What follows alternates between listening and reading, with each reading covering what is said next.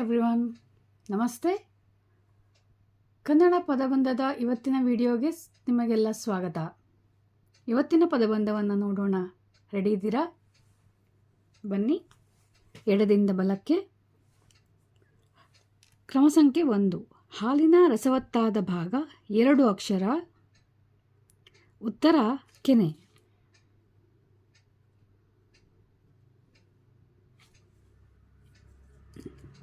ಎರಡನೇ ಕ್ರಮ ಸಂಖ್ಯೆಯನ್ನು ನೋಡೋಣ. 30 ಅಥವಾ 31 ದಿನಗಳ ಅವಧಿ 2 ಅಕ್ಷರಗಳು. ಉತ್ತರ ಮಾಹೆ.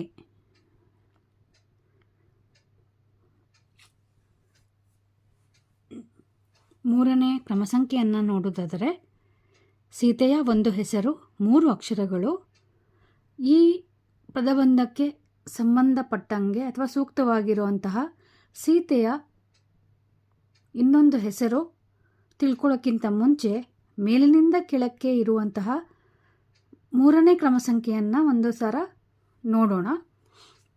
ಬೇಸಿಗೆ ತಿಂಗಳು ಕೊನೆಗೆ ದೀರ್ಘ 3 ಅಕ್ಷರಗಳು. ಬೇಸಿಗೆಯ ತಿಂಗಳನ್ನು ನಾವು ಕನ್ನಡದಲ್ಲಿ ಯಾವ ಪದದಿಂದ ಕರಿತೀವಿ ಅನ್ನೋದನ್ನು ನಾವು ಬರಿಬೇಕು.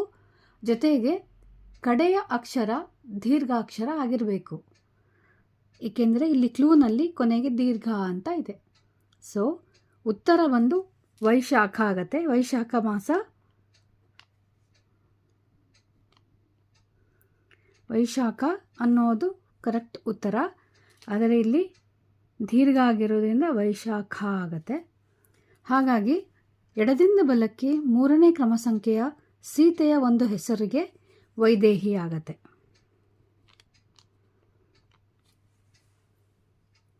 ಈಗ ಮುಂದಿನ ಕ್ಲೂ ಅನ್ನು ಗಮನಿಸೋಣ. ಎಡದಿಂದ ಬಲಕ್ಕೆ 5ನೇ ಕ್ರಮ ಸಂಖ್ಯೆ. ಒಂದು ವಿಧದ ಆಹಾರ ಧಾನ್ಯ 2 ಅಕ್ಷರಗಳು.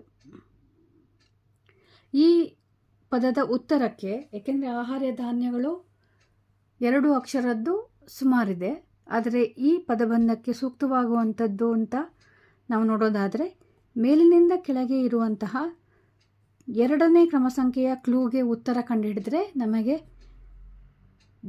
ಆಹಾರ ಧಾನ್ಯದ ಹೆಸರು ಗೊತ್ತಾಗತ್ತೆ. ಸೊ 2ನೇದು ಮೇಲಿನಿಂದ ಕೆಳಗೆ ಚಳಿಗಾಲವನ್ನು ಹೀಗೂ ಹೇಳುತ್ತಾರೆ 2 ಅಕ್ಷರಗಳು. ಮೊದಲನೇ ಅಕ್ಷರ ನಮಗೆ ಆಲ್ರೆಡಿ ಸಿಕ್ಕಾಗಿದೆ. ಸೊ ಉತ್ತರ ಒಂದು ಮಾಗಿ. ಮಾಗಿ ಕಾಲವನ್ನು ಚಳಿಗಾಲದ ಕಾಲ ಅಂತ ಹೇಳ್ತಾರೆ. ಈಗ 5ನೇ ಕ್ರಮ ಸಂಖ್ಯೆ ಎಡದಿಂದ ಬಲಕ್ಕೆ ಒಂದು ವಿಧದ ಆಹಾರ ಧಾನ್ಯಕ್ಕೆ ಇವಾಗ ಸಿಕ್ತು ನಮಗೆ ಉತ್ತರ ರಾಗಿ. ಈಗ ಮುಂದಿನ ಕ್ರಮ ಸಂಖ್ಯೆಯನ್ನು ನೋಡೋಣ. 6ನೇದು ಅಕ್ರಮ ಅಲ್ಲದ್ದು 3 ಅಕ್ಷರಗಳು. ಅಕ್ರಮ ಅಲ್ಲದ್ದು ಅಂದರೆ ಅಕ್ರಮದ ವಿರುದ್ಧ ಪದ ಅಂತಲೂ ಕೂಡ ನಾವು ತಗೊಳ್ಬೋದು. ಹಾಗಾಗಿ ಅಕ್ರಮ ಅಲ್ಲದ್ದು ಸಕ್ರಮ.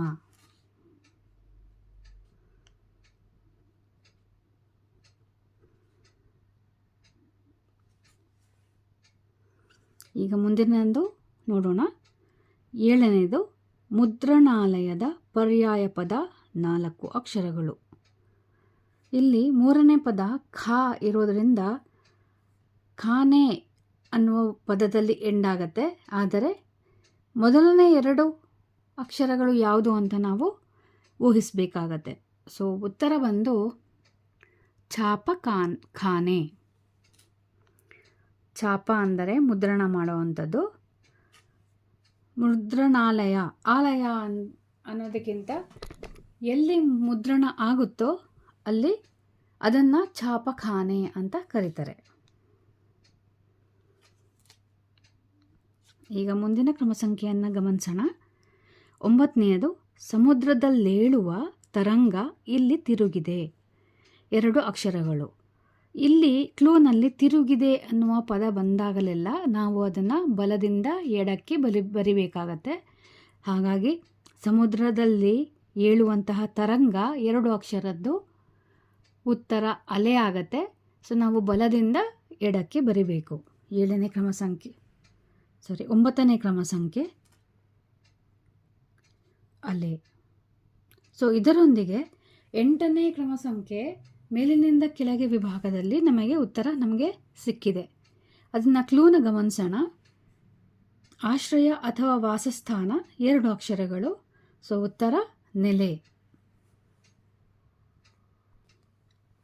ಈಗ ಎಡದಿಂದ ಬಲಕ್ಕೆ ಇರುವಂತಹ ಕ್ಲೂನ ಗಮನಿಸೋಣ. 11ನೇದು ಎಲ್ಲರ ಅಥವಾ ಸಂಪೂರ್ಣ ಒಪ್ಪಿಗೆ ಎಂಬರ್ಥದಲ್ಲಿ ಬಳಸುವ ಪದ 5 ಅಕ್ಷರಗಳು. ಸೊ ಎಲ್ಲರ, ಸಂಪೂರ್ಣ, ಒಪ್ಪಿಗೆ.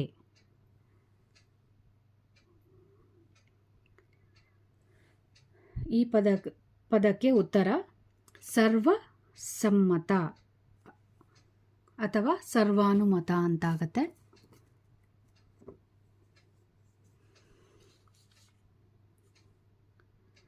ಸರ್ವಾನುಮತ, ಎಲ್ಲರ ಒಪ್ಪಿಗೆ ಅಂತ.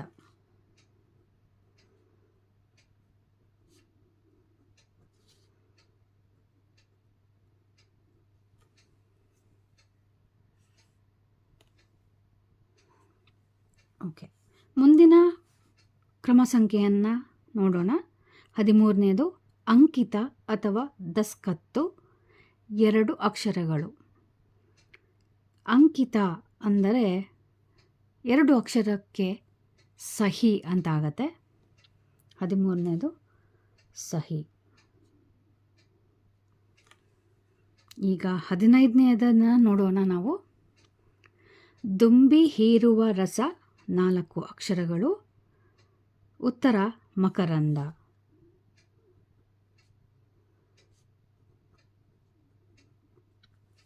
ಈ ಪದದೊಂದಿಗೆ ಮೇಲಿನಿಂದ ಕೆಳಗೆ ಇರುವಂತಹ 14ನೇ ನಂಬರ್ನ ಕ್ಲೂನ ಉತ್ತರ ಕೂಡ ನಮಗೆ ಸಿಕ್ಕಿದೆ. ಕ್ಲೂನ ಒಂದ್ಸಲ ನೋಡೋಣ. 14 ಮಂಜು ಅಥವಾ ಇಬ್ಬನಿ 2 ಅಕ್ಷರಗಳು. ಹಾಗಾಗಿ ಇಲ್ಲಿ ಹಿಮ ಅನ್ನೋದು ಸರಿಯಾಗಿದೆ. ಮುಂದಿನ ಕ್ರಮ ಸಂಖ್ಯೆ ಎಡದಿಂದ ಬಲಕ್ಕೆ. 15ನೇದಾಯಿತು. 17ನೇದು ನೋಡೋಣ. ಕುದುರೆಯ ಸೇವಕ 3 ಅಕ್ಷರಗಳು. ಇದಕ್ಕೆ ಸೂಕ್ತವಾದ ಪದ ಕಾಸ್ತಾರ ಆಗತ್ತೆ. ಕುದುರೆಯನ್ನು ನೋಡಿಕೊಳ್ಳುವವನು ಕಾಸ್ತಾರ. ಈಗ ಮುಂದಿನ ಕ್ರಮ ಸಂಖ್ಯೆಯನ್ನು ಗಮನಿಸೋಣ. 19ನೇದು ಅಪಾಯ ಸೂಚಕ ಬಣ್ಣ 2 ಅಕ್ಷರಗಳು. ಇದು ಸಾಮಾನ್ಯವಾಗಿ ಎಲ್ಲರಿಗೂ ಗೊತ್ತಿರುವಂಥದ್ದೇ. ರೆಡ್ ಅಲರ್ಟ್ ಅಂತ ಹೇಳ್ತಾರೆ. ಸೊ ಹಾಗಾಗಿ ರೆಡ್ ಅಂದರೆ ಕೆಂಪು ಕನ್ನಡದಲ್ಲಿ.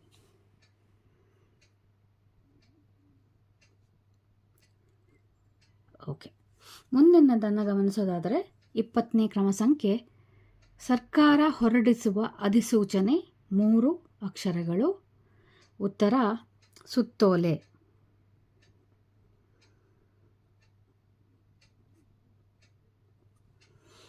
ಈಗ 21ನೇದನ್ನು ಗಮನಿಸೋಣ.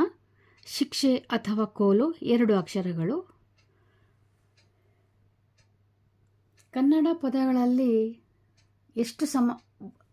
ಎಷ್ಟೋ ಪದಗಳಿಗೆ ಬೇರೆ ಬೇರೆ ಅರ್ಥಗಳು ಇರುತ್ತೆ.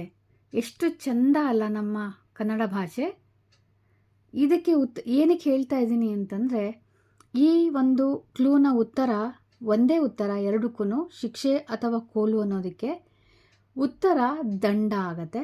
ಈಗ ನೋಡಿ, ಶಿಕ್ಷೆ ಅಥವಾ ಕೋಲು ಅವೆರಡೂ ಬಿಟ್ಟು ಇನ್ನೂ ಒಂದು ಅರ್ಥ ಆಗತ್ತೆ.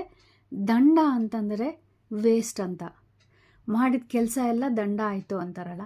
ಸೊ ಒಂದು ಪದಕ್ಕೆ ನಾನಾ ಅರ್ಥಗಳಿರುತ್ತೆ. ಹೀಗಾಗಿ ಕನ್ನಡನ ತುಂಬ ಪ್ರೀತಿಯಿಂದ ಕಲಿಯೋರಿಗೆ ಎಷ್ಟು ಚೆನ್ನ ಅಂತ ಅನಿಸುತ್ತೆ. ಸೊ ಹಾಗಾಗಿ ಈ ಉತ್ತರವನ್ನು ಬರೆಯೋಣ, ದಂಡ.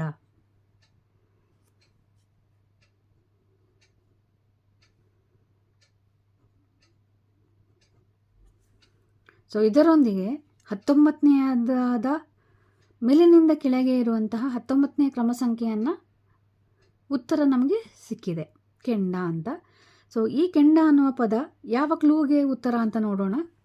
ಉರಿಯುತ್ತಿರುವ ಇದ್ದಿಲು 2 ಅಕ್ಷರ ಸರಿಯಾಗಿದೆ. ಇದು ಇದ್ದಿಲು ಉರಿತಾ ಇರಬೇಕಾದ್ರೆ ಅದನ್ನು ಕೆಂಡ ಅಂತ ಹೇಳ್ತೀವಿ.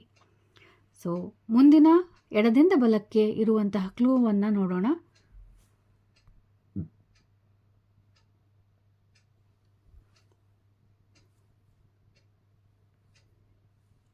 ನೀರಿನಲ್ಲಿ ತೇಲುವ ವಾಹನ 2 ಅಕ್ಷರಗಳು.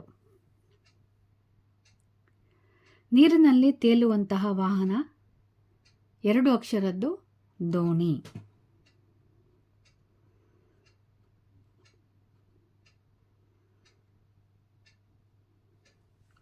ಈಗ ಮೇಲಿನಿಂದ ಕೆಳಕ್ಕೆ ಇರುವಂತಹ ಕ್ಲೂಗಳ ಉತ್ತರಗಳನ್ನು ಊಹಿಸೋಣ. ಮೊದಲನೆಯದು ಒಳ್ಳೆಯದಲ್ಲದ ಸಂಘ 6 ಅಕ್ಷರಗಳು. ಸೊ ಒಳ್ಳೆಯದಲ್ಲದ ಸಂಘ ಅಂತಂದರೆ,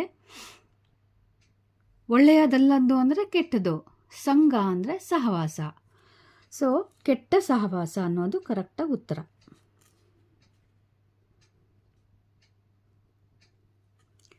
ಮುಂದಿನ 2ನೆಯ ಕ್ರಮ ಸಂಖ್ಯೆಯಲ್ಲಿ ನಮಗೆ ಆಲ್ರೆಡಿ ಉತ್ತರ ಗೊತ್ತಾಗಿದೆ. ಚಳಿಗಾಲವನ್ನು ಹೀಗೂ ಹೇಳುತ್ತಾರೆ 2 ಅಕ್ಷರಗಳು, ಉತ್ತರ ಮಾಗಿ. ಸೊ 3ನೇದು ಕೂಡ ನಾವು ಮಾಡಿದ್ದೇವೆ. ಬೇಸಿಗೆ ತಿಂಗಳು ಕೊನೆಗೆ ದೀರ್ಘ 3 ಅಕ್ಷರಗಳು, ಉತ್ತರ ವೈಶಾಖ. ಹಾಗೆ 4ನೇದು ಪಾಲು ಅಥವಾ ಭಾಗ 2 ಅಕ್ಷರಗಳದ್ದು. ಪಾಲು ಅಥವಾ ಭಾಗಕ್ಕೆ ಸಮಾನಾರ್ಥಕ ಪದ ಹೀಕಾರದಿಂದ ಶುರುವಾಗುವಂಥದ್ದು ಹಿಸ್ಸೆ ಅಂತ ಆಗತ್ತೆ.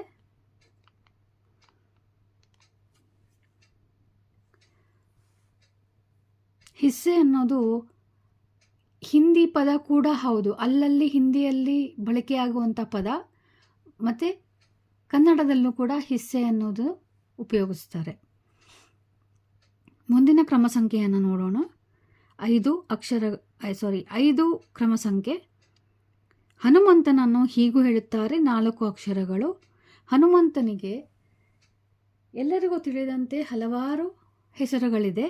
ಈ ಪದಬಂಧಕ್ಕೆ ಸೂಕ್ತವಾಗುವಂತಹ ಹೆಸರು ಏನು ಅಂತ ನೋಡೋದಾದರೆ, ರಾಮ ಅಂತ 2 ಅಕ್ಷರ ಆಲ್ರೆಡಿ ಸಿಕ್ಕಿದೆ, ಇನ್ನೊಂದು ಕಡೆಯ ಅಕ್ಷರ ಕೂಡ ಸಿಕ್ಕಿದೆ. ಸೊ ಉತ್ತರ ರಾಮದಾಸ. ಈಗ 7ನೇ ಕ್ರಮ ಸಂಖ್ಯೆಯನ್ನು ಗಮನಿಸೋದಾದರೆ, ಶಬ್ದದ ಭಾಷಾಂತರವಲ್ಲ, ಸಾರಾಂಶದ ಭಾಷಾಂತರ 5 ಅಕ್ಷರಗಳು. ಈ ಯಾವುದೇ ಒಂದು ಪುಸ್ತಕವನ್ನು ಭಾಷಾಂತರಿಸುವುದು ಅಂದರೆ ಒಂದು ಭಾಷೆಯಿಂದ ಇನ್ನೊಂದು ಭಾಷೆಗೆ ಟ್ರಾನ್ಸ್ಲೇಟ್ ಮಾಡುವುದು ಅಂತ ಹೇಳ್ತಾರೆ. ಸೊ ಇದು ಇಲ್ಲಿ ಶಬ್ದಗಳ ಭಾಷಾಂತರ ಅಲ್ಲ ಅಂತ ಹೇಳ್ತಿದ್ದಾರೆ. ಸಾರಾಂಶದ ಭಾಷಾಂತರ ಅಂತಂದರೆ ಅದರದ್ದು ಒಟ್ಟಾರೆ ಒಂದು ಸಮರಿ ಅಂತ ಹೇಳ್ತಾರೆ ಇಂಗ್ಲೀಷಲ್ಲಿ. ಸೊ ಈ ಸಾರಾಂಶದ ಭಾಷಾಂತರ ಅನ್ನೋದಕ್ಕೆ ಛಾಯಾನುವಾದ ಅಂತ ಹೇಳ್ತಾರೆ. ಛಾಯಾನುವಾದ ಅಂದರೆ ಟೋಟಲಿ ಎಲ್ಲ ಸೇರಿ, ಎಲ್ಲ ಪಾಯಿಂಟ್ಸ್ಗಳನ್ನು ಸೇರಿ ಒಂದು ಮುಖ್ಯ ಸಾರಾಂಶವಾಗಿ ಮಾಡುವಂಥದ್ದಕ್ಕೆ ಛಾಯಾನುವಾದ.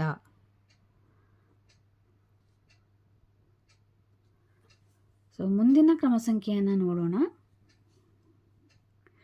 10ನೇಯದು ಕಾಣಿಸದ ದೇಹ, ಕೇಳಿಸುವ ಧ್ವನಿ 6 ಅಕ್ಷರಗಳು. ಕಾಣಿಸದ ದೇಹ, ಕಾಣಿಸದ ದೇಹ ಅಂದರೆ ಅಶರೀರ. ಕೇಳಿಸುವ ದನಿ ಅಂದರೆ ವಾಣಿ, ಅಂದರೆ ಅಶರೀರ ವಾಣಿ.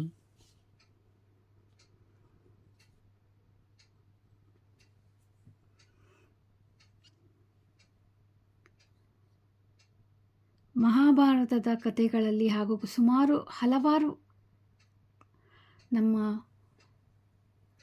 ಆಧ್ಯಾತ್ಮಿಕ ಕಥೆಗಳಲ್ಲಿ ಅಶರೀರ ವಾಣಿಯ ಪಾತ್ರ ತುಂಬ ಪ್ರಮುಖವಾಗಿದೆ.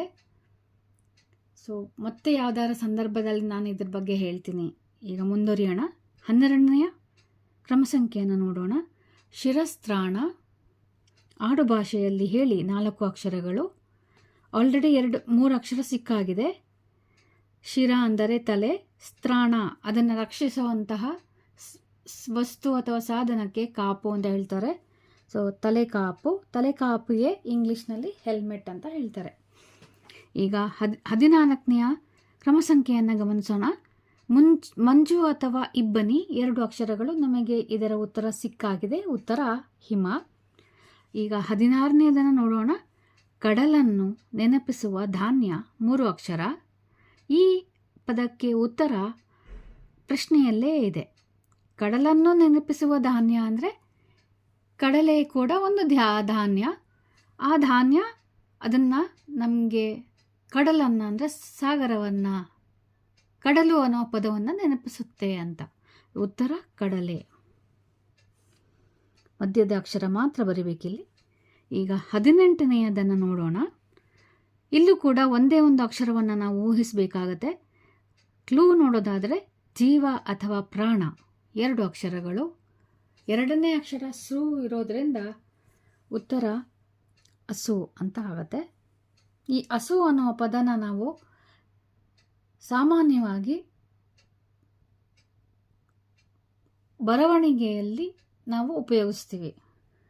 ಹಸು ನೀಗಿದರು ಅಂದರೆ ಜೀವ ಬಿಟ್ಟರು ಅನ್ನೋ ಅರ್ಥದಲ್ಲಿ ನಾವು ಉಪಯೋಗಿಸ್ತೀವಿ. ಹಾಗಾಗಿ ಹಸು ಅಂದರೆ ಜೀವ. ಈಗ ಕಡೆಯದು 19ನೇದು. ಉರಿಯುತ್ತಿರುವ ಇದ್ದಿಲು ಕೂಡ ನಮಗೆ ಉತ್ತರ ಸಿಕ್ಕಾಗಿದೆ. 2 ಅಕ್ಷರಗಳು ಕೆಂಡ. ಸೊ ಈ ಪದದೊಂದಿಗೆ ಇವತ್ತಿನ ಪದಬಂಧ ಕಂಪ್ಲೀಟ್ ಆಗಿದೆ.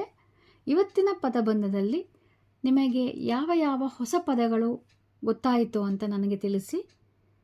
ನನ್ನ ವಿಡಿಯೋವನ್ನು ಪ್ರೋತ್ಸಾಹಿಸಿದವರಿಗೆ ತುಂಬ ಧನ್ಯವಾದಗಳು. ಮತ್ತೆ ಮುಂದಿನ ವಿಡಿಯೋದೊಂದಿಗೆ ಇನ್ನೊಂದು ಪದಬಂಧವನ್ನು ತರ್ತೀನಿ. ಅಲ್ಲಿವರೆಗೂ ಟೇಕ್ ಕೇರ್. ನಮಸ್ತೆ.